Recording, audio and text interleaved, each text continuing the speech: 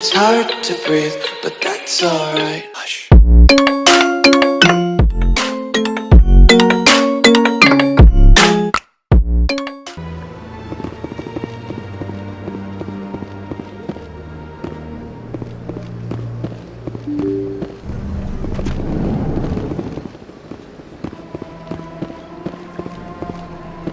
Excuse me, Commander Shepard. Could you spare a moment of your time? Commander Shepard, my name is Samesh Bhatia. Forgive the intrusion, but I have nowhere else to turn. It's no trouble. What can I do for you? My wife was a Marine. She was in the 212 on Eden Prime. The 212? Isn't that Ashley's unit? She might want to meet Mr. Bhatia. I've requested that my wife's body be returned to me for cremation, but the military has refused my request. Why did they refuse your request? There's got to be some reason. I don't know.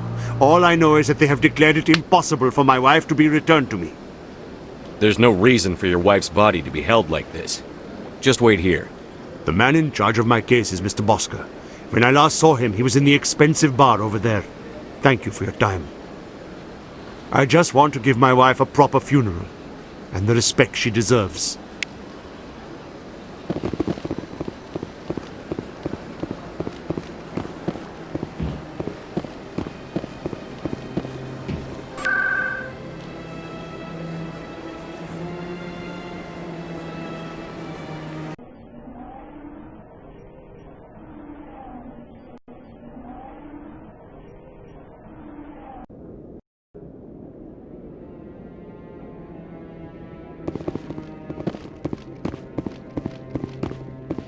Maybe.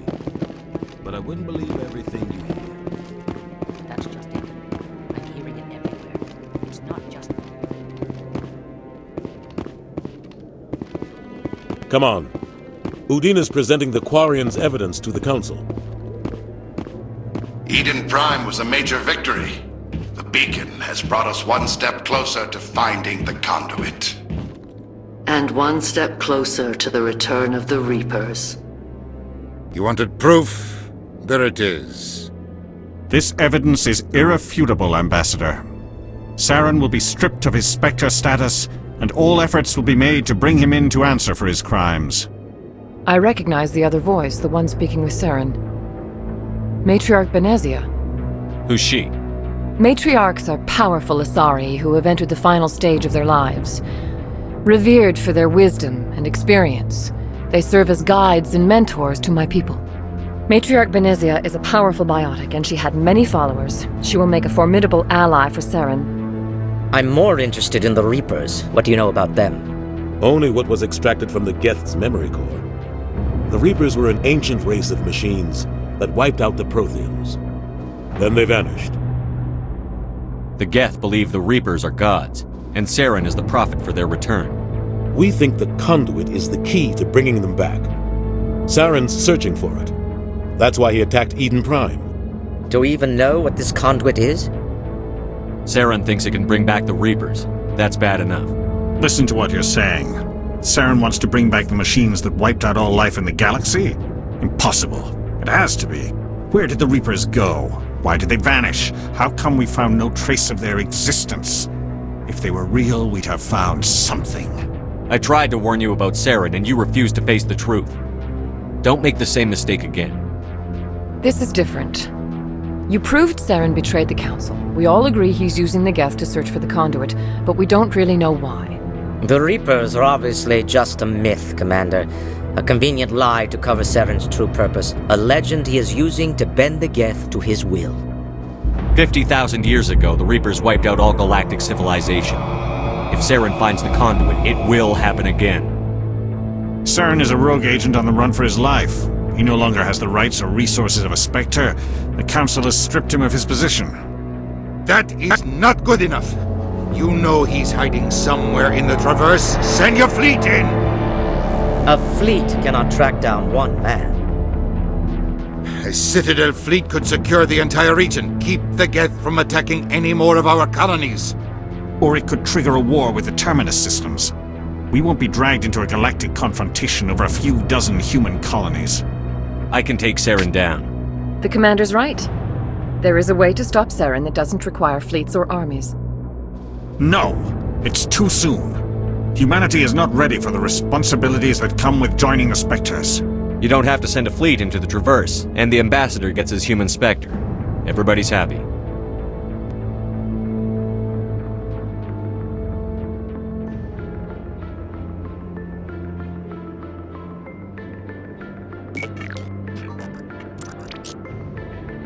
Commander Shepard, step forward.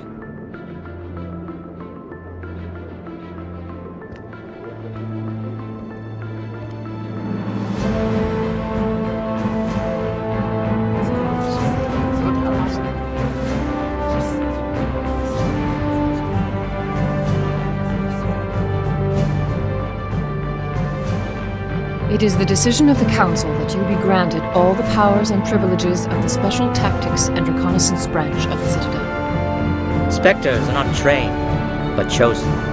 Individuals forged in the fire of service and battle, those whose actions elevate them above the rank and file. Spectres are an ideal, a symbol, the embodiment of courage, determination, and self-reliance. They are the right hand of the Council, instruments of our will. Spectres bear a great burden. They are protectors of galactic peace, both our first and last line of defense. The safety of the galaxy is theirs to uphold. You are the first human Spectre, Commander. This is a great accomplishment for you and your entire species. I'm honored, Counselor. We're sending you into the Traverse after Saren. He's a fugitive from justice, so you are authorized to use any means necessary to apprehend or eliminate him. Any idea where to find him? We will forward any relevant files to Ambassador Udina. This meeting of the Council is adjourned.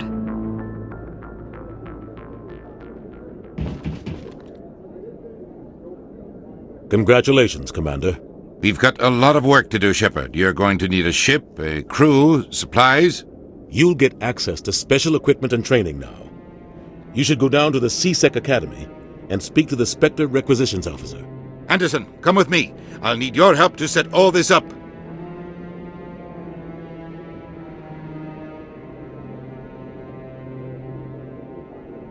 I thought the ambassador would be a little more grateful. He didn't even thank you. Until I find Saren, I haven't done anything. Come on. Right behind you, Commander.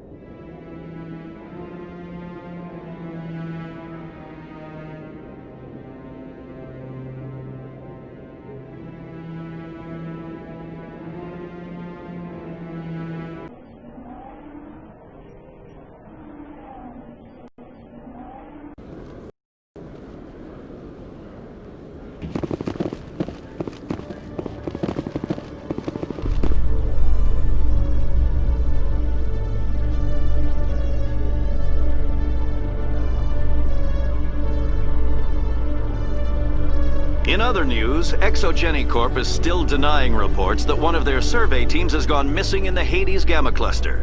When asked why communication with the survey team was suddenly cut off last week, company officials refused to comment.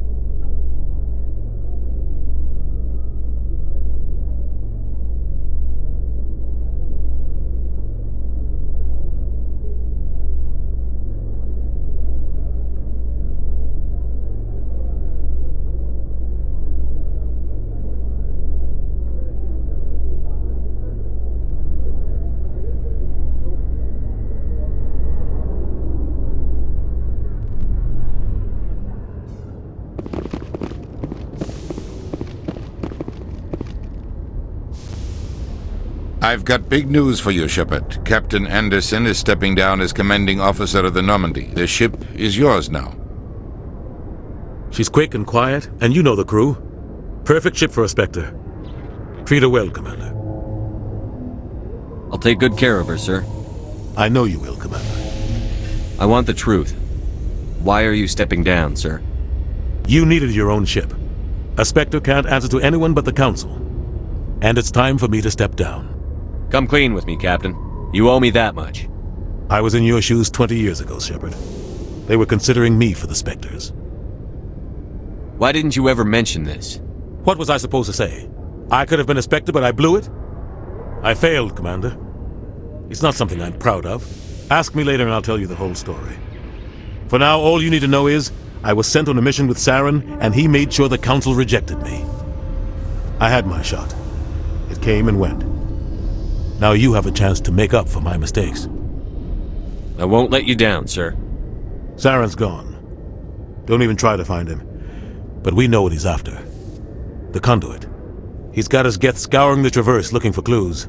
We had reports of Geth in the Pharaoh system shortly before our colony there dropped out of contact, and there have been sightings around Noveria. Find out what Saren was after on Pharos and Noveria. Maybe you can figure out where the conduit is before he does. The Reapers are the real threat. I'm with the Council on this one, Shepard. I'm not sure they even exist. But if they do exist, the conduit's the key to bringing them back. Stop Saren from getting the conduit, and we stop the Reapers from returning. I'll stop him. We have one more lead. Matriarch Benezia, the other voice in that recording. She has a daughter, a scientist who specializes in the Protheans. We don't know if she's involved, but it might be a good idea to try and find her. See what she knows. Her name's Liara, Dr. Liara Tassoni. We have reports she was exploring an archaeological dig on one of the uncharted worlds in the Artemis Tau cluster. Sounds like we should head for the Artemis Tau cluster. It's your decision, Commander. You're a Spectre now. You don't answer to us. But your actions still reflect on humanity as a whole. You make a mess and I get stuck cleaning it up. I'll try not to make things any harder on you, Ambassador. Glad to hear it, Commander. Remember, you were a human long before you were a Spectre. I have a meeting to get to. Captain Anderson can answer any questions you might have. Yes, Commander? How are you holding up? Honestly, this isn't how I pictured my career coming to an end. Pushing papers really isn't my thing. But you're the one who can stop Saren. I believe in you, Shepard. If that means I have to step aside, so be it. Tell me what happened with you and Saren 20 years ago. It's close to 20 years ago now. Ambassador Goyle was our representative here on the Citadel. Like Udina, she wanted to get a human into the Spectres. She chose me. The Council sent Saren to keep an eye on me and evaluate my performance, just like they sent Nihilus to keep tabs on you. Why weren't you honest with me? It's not something I'm proud of. I had a chance to become the first human Spectre, and I failed. Saren made sure of that. I think I deserve the whole story. We had intel on a rogue scientist being funded by Batarian interests. He was trying to set up a facility to develop illegal AI technology out in the Verge. Alliance intel had done all the work, but the Council wanted a Spectre involved. We compromised. I was assigned to help Saren in his investigation. We tracked the scientist to a refining facility on Kamala.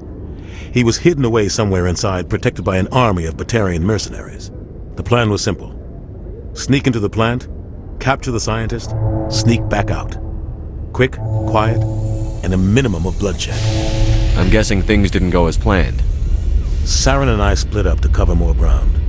Then about halfway through the mission, there was a massive explosion in the refinery core. Officially, it was ruled an accident, but I think Saren detonated it on purpose to draw off the enemy guards. How many casualties? The explosion tore the refinery to shreds. The whole place was on fire. Black chemical clouds poured out into the atmosphere. Nobody inside survived. There was a camp for the workers and their families nearby. Between the fires and the toxic fumes, the final death count was over 500. Mostly civilians. Saren didn't care. The target was eliminated, mission accomplished, and I ended up taking the blame. That ended all talk of me joining the Spectres. Saren caused the explosion. How'd he pin it on you? In his report, Saren accused me of blowing his cover. He said it was my fault the guards were ready for us. He claimed that's why it turned into a massacre. Saren's report was all the proof the Council needed to kill my chances of becoming a Spectre. Don't blame yourself, Captain. I don't. I blame Saren. I think he wanted things to go bad. He was looking for an excuse to blow that refinery. Maybe he just likes the violence. Maybe he was just trying to make me look bad to keep humans out of the Spectres. If so, he pulled it off. Why'd you let him get away with it? Who do you think the Council was going to listen to? Me? Or their best agent? I had a bad feeling about him right from the start. I should have been more careful. Maybe I could have stopped things before they got out of hand. The only thing I care about is stopping Saren. You're right, Commander. It's no good living in the past.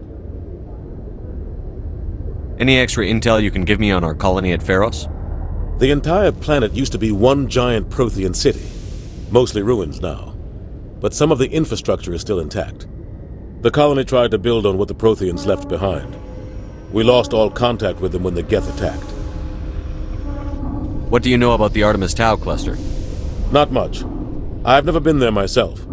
A handful of systems with a few small, uncharted worlds, but no real colonies. Might not be easy finding Dr. T'Soni out there. My advice is to look for the world with the Prothean ruins. What do you know about the Artemis Tau cluster? Not much.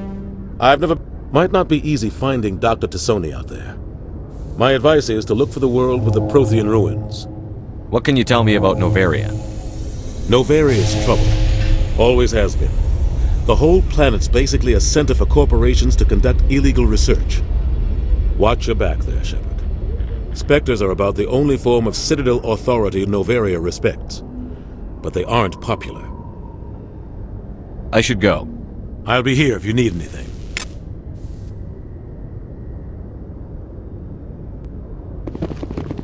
Interesting.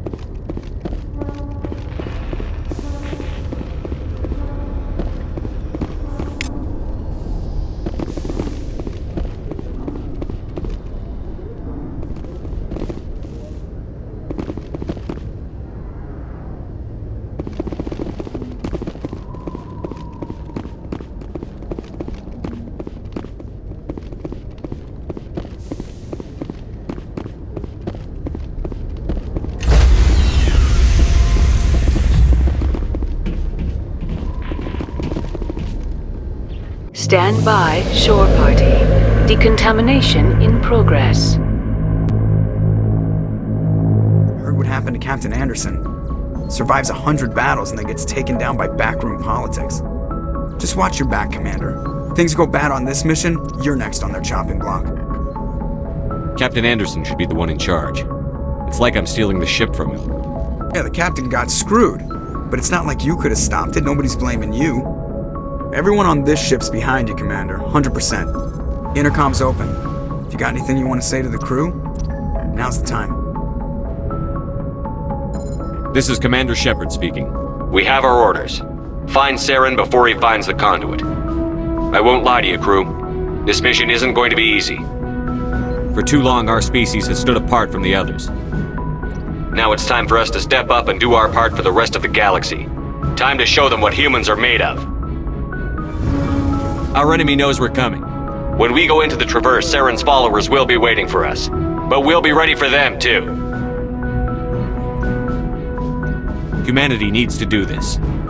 Not just for our own sake, but for the sake of every other species in Citadel space. Saren must be stopped. And I promise you all, we will stop him. Well said, Commander. Captain will be proud. The captain gave up everything so I could have this chance. We can't fail. Yes, sir.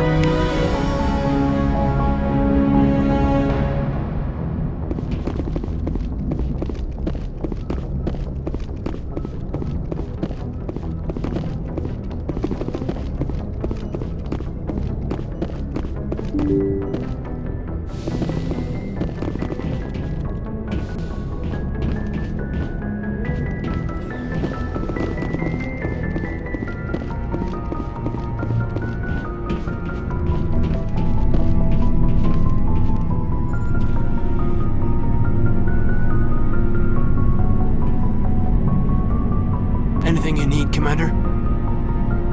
Just trying to get a sense of where the crew's at. Thoughts? I've wasted enough of your time for now, Commander. We'll have time for personal debriefings later. What's your opinion on the last mission? I don't see how we could have done things any better. At least not without getting to Eden Prime sooner. And we were on the scene faster than any other Alliance ship could have been. We'll talk another time, Lieutenant. Commander?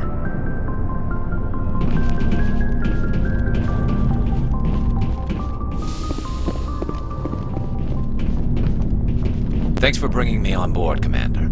I knew working with the Spectre would be better than life at CSEC. Have you worked with a Spectre before? Well, no, but I know what they're like. Spectres make their own rules. You're free to handle things your way. At CSEC, you're buried by rules. The damn bureaucrats are always on your back. For the most part, the rules are there for a reason. Maybe. But sometimes it feels like the rules are only there to stop me from doing my work. If I'm trying to take down a suspect, it shouldn't matter how I do it, as long as I do it. But CSEC wants it done their way. Protocol and procedure come first. That's why I left. So you just quit because you didn't like the way they do things? There's more to it than that. It didn't start out bad, but as I rose in ranks, I got saddled with more and more red tape. CSEC's handling of Saren was typical. I just couldn't take it anymore. I hate leaving. I hope you made the right choice. I'd hate for you to regret it later. Well, that's sort of why I teamed up with you. It's a chance for me to get off the Citadel, see how things are done outside CSEC. Either way, I plan to make the most of this. And without CSEC headquarters looking over my shoulder, well, maybe I can get the job done my way for a change. As long as you do your job well, you're free to go about your business as you see fit. Thank you, Commander.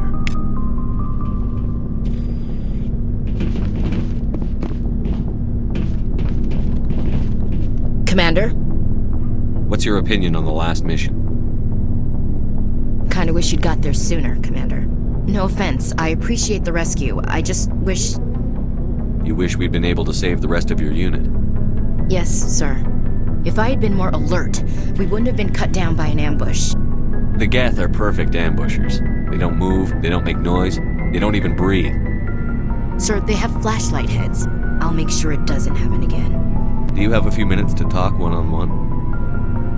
I'm sorry, Commander. I need to get my duty squared away.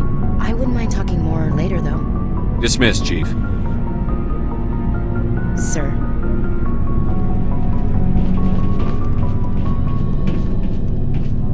Nice ship you've got, Shepard. What can I do for you? What's your story, Rex? There's no story. Go ask the Quarian if you want stories. You Krogan live for centuries. Don't tell me you haven't had a few interesting adventures. Well, there was this one time the Turians almost wiped out our entire race. That was fun. I heard about that. You know, they almost did the same to us. It's not the same. It seems pretty much the same to me. So your people were infected with a genetic mutation? An infection that makes only a few in 1,000 children survive birth? And I suppose it's destroying your entire species? I suppose it isn't all the same. I don't expect you to understand, but don't compare humanity's fate with the Krogan. I was just making conversation. I wasn't trying to upset you. Your ignorance doesn't upset me, Shepard. As for the Krogan, I gave up on them long ago. The genophage infected us, but it's not what's killing us. Are your people really dying? We're sure not getting any stronger. We're too spread out. None of us are interested in staying in our own system. Lots of species have left their homes and prospered. But they go to colonize new worlds. We're not settlers. We're warriors. We want to fight. So we leave. Hire ourselves out. And most of us never go back. What can you tell me about the genophage? Ask the Solarians if you want details. They made it. All I know, it makes breeding nearly impossible. Thousands die in stillbirth, and most never get that far. Every Krogan is infected. Every one. And no one's rushing to find a cure. Why don't the Krogan try to find a cure? When was the last time you saw a Krogan scientist? You ask a Krogan, would he rather find a cure for the genophage or fight for credits? He'll choose fighting every time. It's just who we are, Shepard. I can't change that. Nobody can. So long, Rex. Shepard.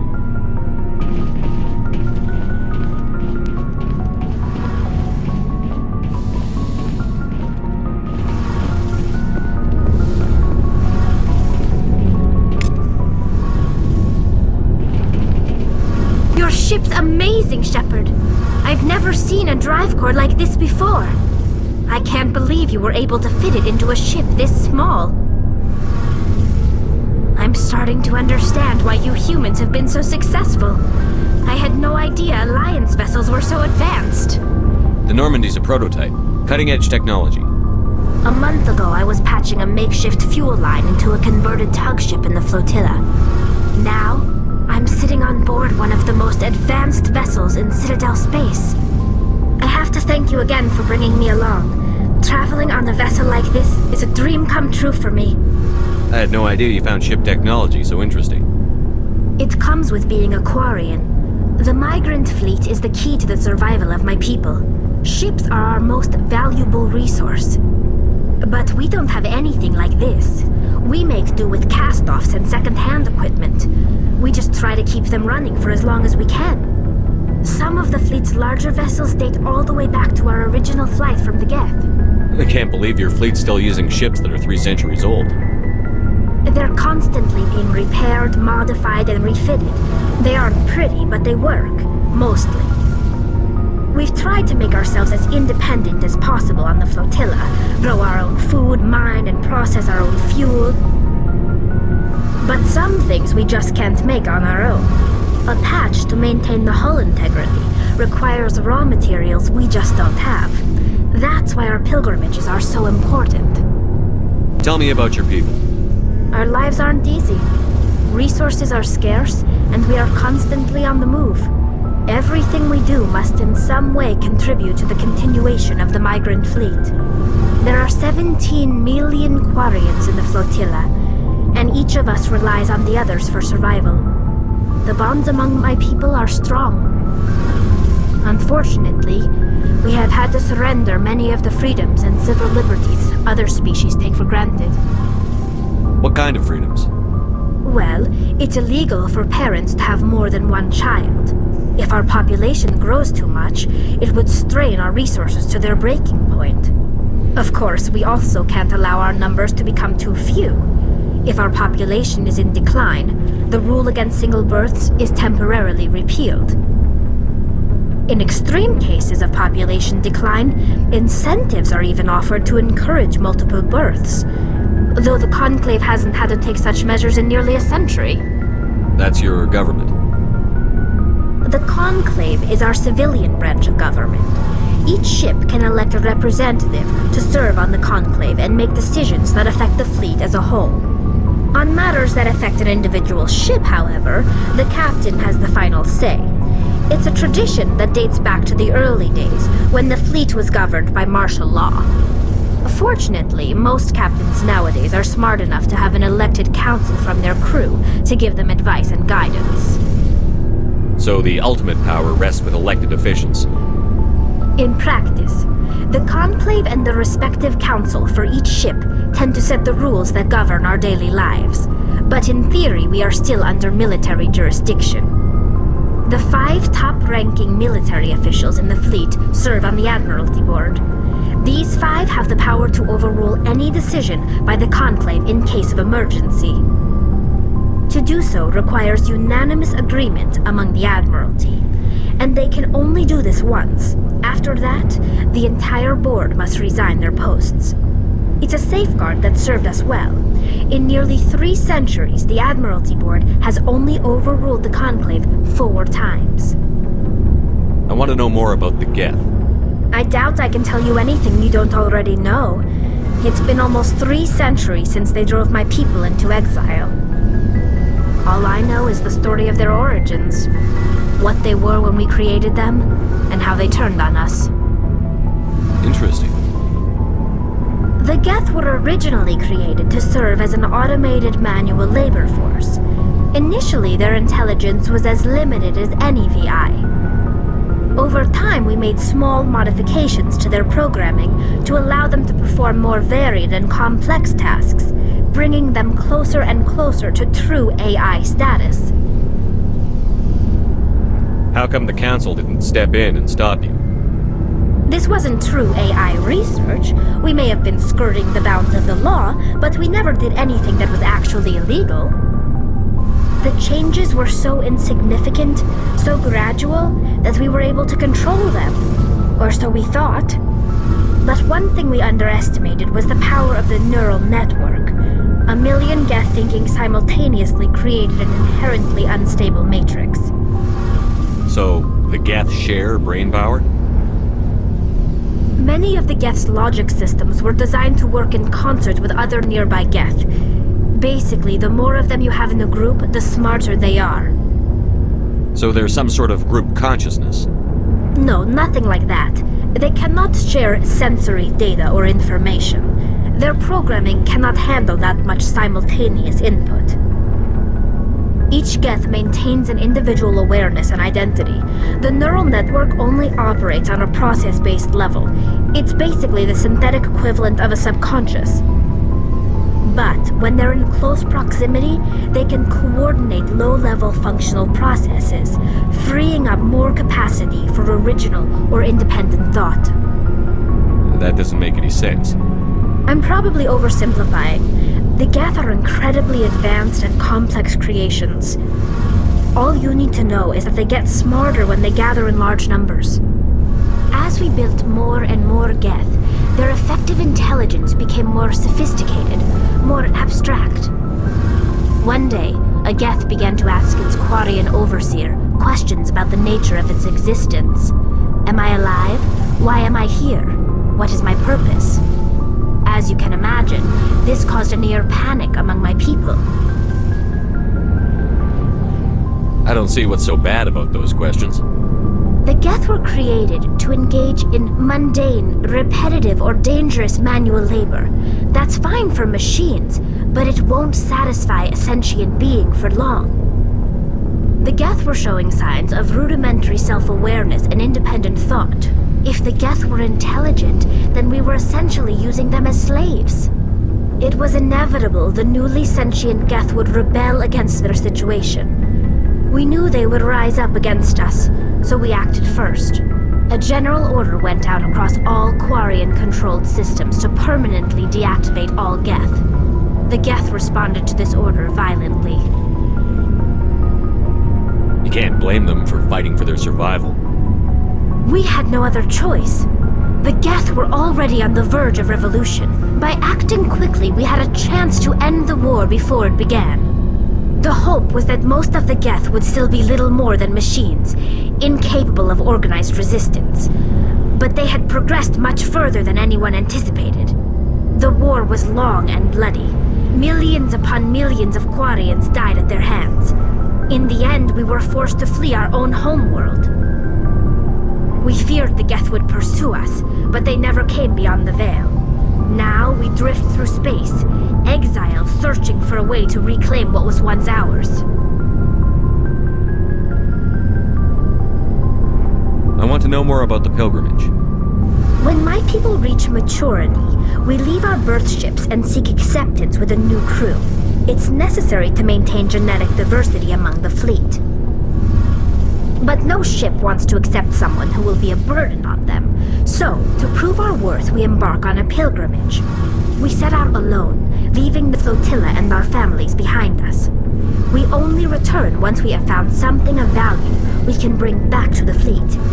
This is presented as a gift to the captain of the respective ship we wish to join. If the gift is accepted, we are welcomed into the crew. Can a captain choose to reject the gift? That doesn't happen often. Most captains are eager to increase the size of their crew. It increases their own standing in our society. Even when a gift is not particularly valuable, the captain usually accepts it out of a sense of tradition. However, there is a stigma to presenting a substandard gift.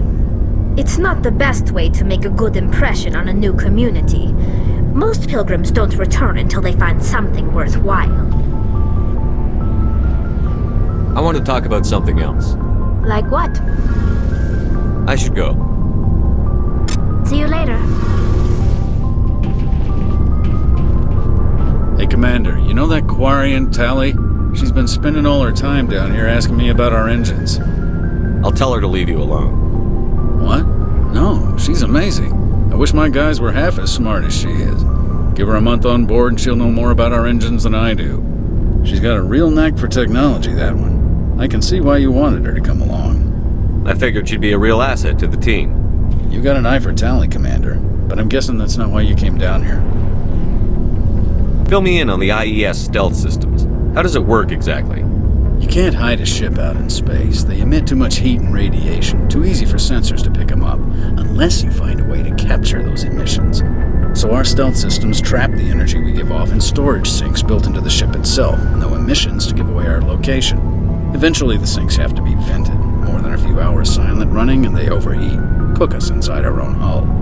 There's no way for anyone to detect us? A visual scan can still pick us up. Anyone looking out a window can see us plain as day.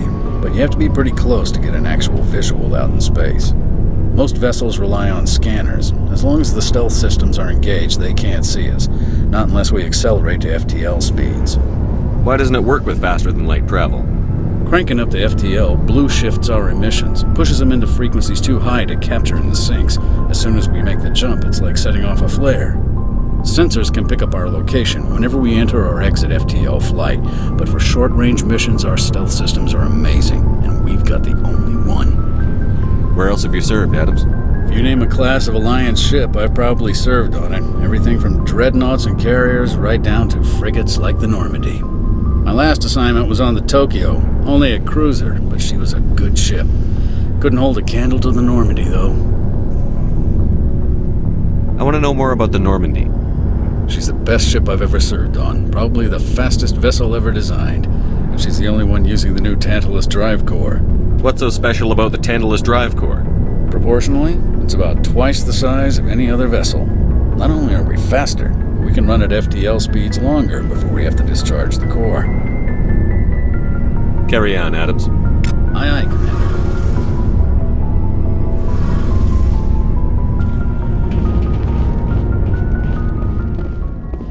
Commander, something you need? How's the Normandy performing? Is she everything they said she'd be? She's the best ship in the fleet, if you've got a pilot who knows how to handle her. Balance isn't what you'd expect.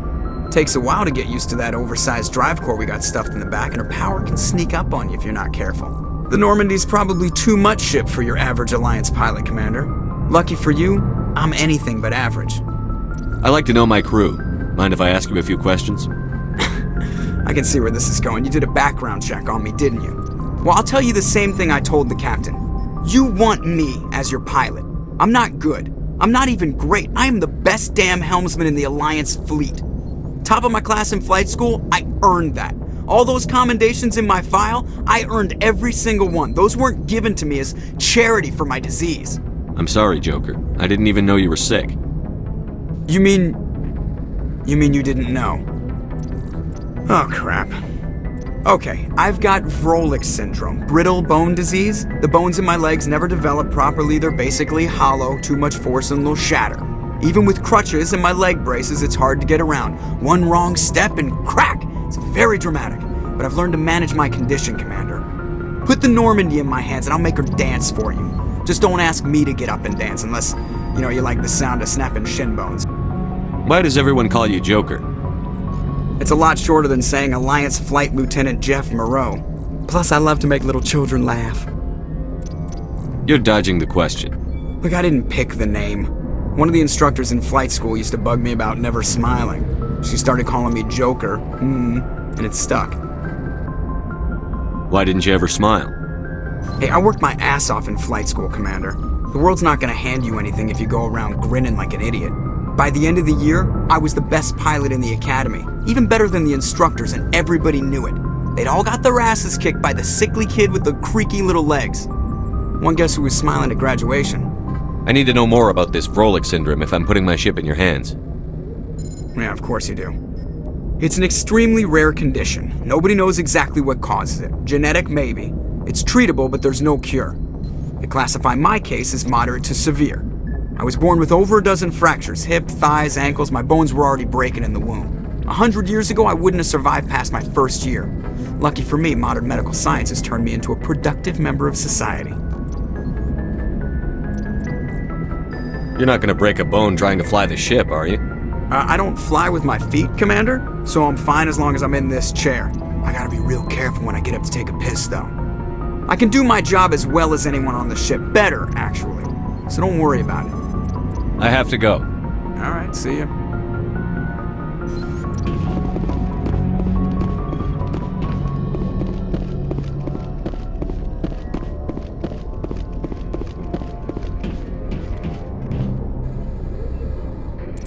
If anyone has to take over for Captain Anderson, I'm glad it's you. I'm not sure about having non-humans on our ship, though. We're all on the same team here, Presley. With all due respect, sir, that's what they said about Nihilus. Look how that turned out. Speak freely, Presley. I want to know if you have a problem with non-humans. It's not that, Commander. Humanity has always handled its own problems. Saren attacked one of our colonies. We should be the ones to stop him. We don't need their help. Some people think asking for help is a sign of weakness. That's just being stupid and stubborn. No matter how strong you are, allies can make you stronger. I guess so. Maybe I'm just stuck in the old ways of thinking. Don't worry, Commander. This won't be a problem. Carry on, Presley. Yes, sir.